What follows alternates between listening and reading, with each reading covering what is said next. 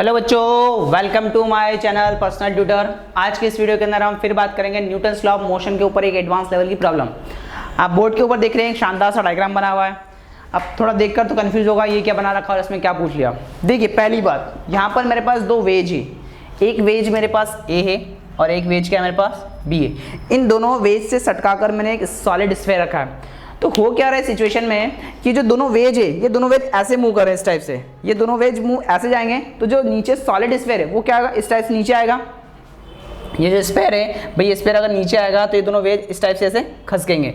अब हमें क्या कि जो बी वाला है उसकी स्पीड राइट हैंड साइड दे रखी है 2u और ए वाले की जो स्पीड दे रखी है वो कितनी दे रखी है, u दे रखी है। तो हमें पूछा गया है कि ये जो सॉलिड स्फीयर है बेटा, ये सॉलिड स्फीयर कितनी रफ्तार से कितनी स्पीड से नीचे आएगा। ठीक है, ये बात हमें पूछी गई है। अब इसमें आपको दो चीज़ क्लियर करता हूँ। पहली चीज़, जो 2u रफ्तार वाला है ये और सॉलिड स्फीयर के बीच में कांटेक्ट कभी लूज नहीं होगा, दोनों अपने आपस में कांटेक्ट बना के रखेंगे। ठीक है, ऐसे ए वाला भी एकदम से स्पीड से उधर नहीं जाएगा, ये भी कांटेक्ट बना के रखेगा। तो कांटेक्ट इनका बीच का रहना चाहिए, तभी जाकर वो धीरे धीरे मोशन करके नीचे स्पीड से आएगा। Got my point. चलिए जी, अब बात करते हैं, इसमें हमें पूछी गई है सॉलिड स्फीयर की क्या पूछी गई, स्पीड। पहले वीडियो को पॉज कर आप इसको खुद से सॉल्व करिए, कैसे इसको हम सॉल्व करेंगे। ठीक है, फिर बाद में चेक करिएगा इसका सॉल्यूशन मैं कैसे करवाता हूँ। ठीक है, चलिए जी, पहली बात यहाँ पर एनालिसिस करते हैं। कैसे कि भैया मान लीजिए ये इधर कहीं स्पीड से आ रहा होगा, कितनी v रफ्तार से आ रहा होगा। ठीक है ना, इसकी जो इंक्लाइन रफ्तार है ऐसे इधर आने की रफ्तार जो है वो किसी है v होगी, तभी आपका ये वाला वेज इधर जाएगा और ये वाला वेज इधर जाएगा। Got my point. चलिए जी, अब आगे बात करते हैं हम। u वाले की बात करूं तो कांटेक्ट को बनाने के लिए इनके बीच में जो वेलोसिटी का रिलेशन है वो फिक्स्ड होना चाहिए। यहाँ पर भी कांटेक्ट में वेलोसिटी मेंटेन करके रखेगा, यहाँ पर भी वेलोसिटी मेंटेन करके रखेगा। तो देखिए, यहाँ पर अगर मैं बात करूं सॉलिड स्फीयर के लिए, पहली बात ये इसकी रफ्तार यहाँ क्या है, v है। ठीक है, अच्छा एक चीज़ और, यहाँ नीचे अगर मैं डाउनवर्ड बात करूँ तो इसकी रफ्तार मैंने क्या मान ली, vy मान ली। क्या मान ली, vy। इसके दो कंपोनेंट, एक डाउनवर्ड एक वर्टिकल मान लिया और एक हॉरिजॉन्टल मान लिया। हॉरिजॉन्टल में इसकी स्पीड क्या मान लेता हूँ बेटा, क्या vx मान लूँ। Got my point. चलिए जी, ये तो हो गया हमारे पास vx की बात। अब देखिए, अगर मैं vy की बात करूँ तो क्या vy का ये वाला कंपोनेंट, ये अगर एंगल मेरे पास 30 है तो क्या, यही आपको समझाता हूँ, ये एंगल मेरे पास कितना होगा बेटा, 30 डिग्री होगा। Got my point. ये vy है तो ये कितना हो जाएगा, vy cos 30 होगा। Got my point. जो किसके ऊपर लगेगा, इस वाले वेज के ऊपर लगेगा। बात क्लियर है ना। ठीक है साहब, ये तो हमारे पास होगा vy cos 30 की बात होगी साहब। अब देखिए, यहाँ पर u की बात करते हैं। u की जो रफ्तार है वो कुछ ऐसे है, इस डायरेक्शन में कितनी है, u की रफ्तार है। अब यहाँ अगर मैं बात करूँ तो ये जो इसका स्लाइड आ रहा है वो कुछ ऐसे आ रहा है। ठीक है ना, तो ये एंगल आपके पास कितना होगा बेटा, 30 डिग्री, क्योंकि हमारे पास ये एंगल वेज का एंगल ही कितना था, 30 था। तो ये u वाले का जो ये कंपोनेंट आएगा, ये जो vy की डायरेक्शन में आएगा वो कितना आएगा बेटा, वो आ जाएगा u cos, सॉरी cos नहीं आएगा, साइन आएगा, u cos, फिर गलत लिखा हूँ, u sin 30 आएगा, u sin 30 डिग्री। बात चमक रही है ना, क्या बोल रहा हूँ मैं। ये u का ये कंपोनेंट कितना होगा, u sin 30, और ये कितना हो जाएगा बेटा, u cos 30। अब रियलिटी में क्या हो रहा है कि वेज a वाला और सॉलिड स्फीयर को मैं मान लेता हूँ s, इन दोनों के बीच में कांटेक्ट बनाने के लिए ये वाली रफ्तार और ये वाली रफ्तार सपोर्ट करेगी। ठीक है, हाँ भाई। अब दूसरी बात करते हैं सर वेज b की।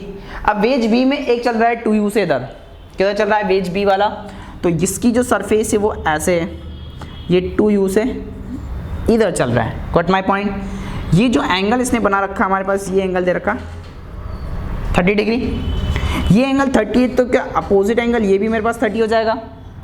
इसके हिसाब से एक कंपोनेंट मुझे लगेगा इधर और एक कंपोनेंट इसको ले जाएगा कहाँ, इधर। Got my point. तो यहाँ से कितना हो जाएगा, ये हो जाएगा 2u sin 30, और ये कितना हो जाएगा बेटा, ये हो जाएगा 2u cos 30। 2u cos 30 वाला इसको नीचे लेके आएगा, वैसे के वैसे यहाँ पर भी ये जो u cos 30 है इसको ऊपर बना के रखेगा, और नीचे लाने के लिए जो कंपोनेंट है वो u cos 30 है, u sin 30 है, और एक कंपोनेंट क्या होगा 2u sin 30, जो इसको कांटेक्ट में बनाकर रखेंगे। बात समझ में आ रही है। तो मैं कर क्या रहा हूँ, अब मैंने तीनों के अलग अलग डायग्राम आपको शो कर दिया, तीनों का ड्रॉ कर दिया वेलोसिटी के कंपोनेंट। अब रियलिटी में अगर मैं यहाँ पे इसका स्पीड लिखना चाहूँ रिलेटिव, तो रिलेटिव स्पीड में देखिए एक 2u sin 30 से इधर जा रहा है, एक u sin 30 से इधर लग रहा है, तो इन दोनों का अगर रिजल्टेंट लिखूंगा मैं वेज की, किसकी रफ्तार, वेज की, अगर मैं a पर बैठकर या b पर बैठकर a को ऑब्जर्व करूँ तो क्या रिलेटिव स्पीड लिख सकता हूँ? क्या वही स्पीड इस vy cos 30 को बैलेंस करके रखेगी, ठीक है ना, ये इसको क्या करेगी, सेटिस्फाई करके रखेगी। भाई एक कंपोनेंट आपका इधर जा रहा है, एक कंपोनेंट आपका इधर जा रहा है, ये दोनों वेज की रफ्तार हो गई, क्या इन दोनों का रिलेटिव इस vy cos 30 को बैलेंस करके रखेगा? बात समझ में आ रही ना?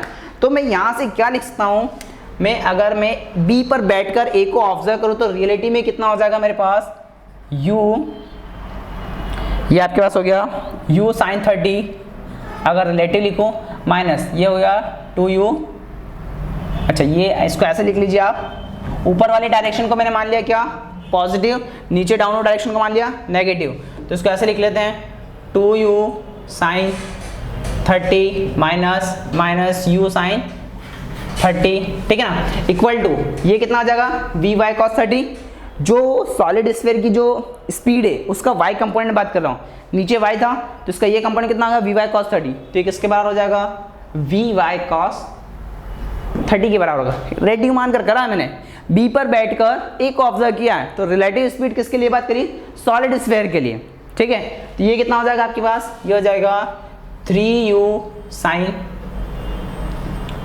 30 इक्वल टू vy cos 30, जहाँ से vy कितना हो जाएगा बेटा, 3u tan 30 आ जाएगा, क्या कितना आ गया, tan 30 कितना होगा, 1/√3, वैल्यू पुट कर दीजिए, तो vy कितना होगा 3u इंटू 1/√3, तो क्या ये √3u आ गया बेटा, क्या इसकी रफ्तार मेरे पास √3u आ जाएगी, मतलब vy वाला कंपोनेंट कितना आ गया मेरे पास, √3u। Got my point? तीनों फिगर्स को मैं रफ कर देता हूँ। अब देखिए क्या होगा यहाँ पर मैंने एक चीज़ तो निकाली सर, क्या, vy की रफ्तार निकाली, अब अभी भी मुझे vx कंपोनेंट की ज़रूरत है। vx रियलिटी में ये वाला वेज 2u से जा रहा है, किधर से जा रहा है, तो क्या इस सॉलिड स्फीयर को भी ये 2u से इधर जाएगा, तो vx की रफ्तार तो मैं डायरेक्ट लिख सकता हूँ 2u। Got my point? समझ में आ रही है ना?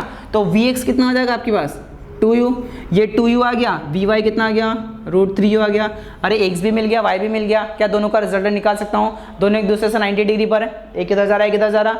Got my point? चलिए तो नेट स्पीड कितनी आ जाएगी बेटा, v equal to √of vx का स्क्वायर प्लस vy का स्क्वायर। बात समझ में आ रही है? तो v इक्वल टू कितना आ जाएगा, √of vx मतलब 2u का स्क्वायर प्लस vy मतलब √3u का स्क्वायर। इसको सॉल्व कर लिए, 2 का स्क्वायर 4, 3 का स्क्वायर 3 हो जाएगा √3 का, तो ये टोटल कितना हो जाएगा, √7 ऑफ u, मतलब सॉलिड स्फीयर की नीचे आने वाली जो रफ्तार है वो कितनी है हमारे पास, √7u। Got my point? Metre per second, ठीक है, वो तो आ ही जाएगा। तो इस टाइप से ये एक एडवांस लेवल की प्रॉब्लम थी, कैसे इसको सिस्टमेटिक हम एनालिसिस करते हैं वो ज़रूरी है। इस टाइप की प्रॉब्लम को सॉल्व करने के लिए आपको सबसे पहले फ्री बॉडी डायग्राम बनाना आना बहुत ज़रूरी है। जैसे मैंने यहाँ पर फ्री बॉडी डायग्राम्स पहले बनाया था, चेक करा कि कौन से कंपाउंड कॉन्टेक्ट बना के रखेंगे, कौन से नहीं रखेंगे, कौन से सपोर्ट करेंगे, कौन से अपोज करेंगे, उनको सॉल्व कर लिया। यहाँ पर रिलेटिव कॉन्सेप्ट लगाया क्योंकि एक रफ्तार ऊपर जा रही थी, एक रफ्तार नीचे जा रही थी, दोनों वेज की थी, एक ए की थी और एक बी की थी। बी पर बैठकर ए को ऑब्जर्व कर रहा था, तो velocity of B with respect to A, यहाँ लिख देता हूँ velocity of B with respect to A आ जाएगा।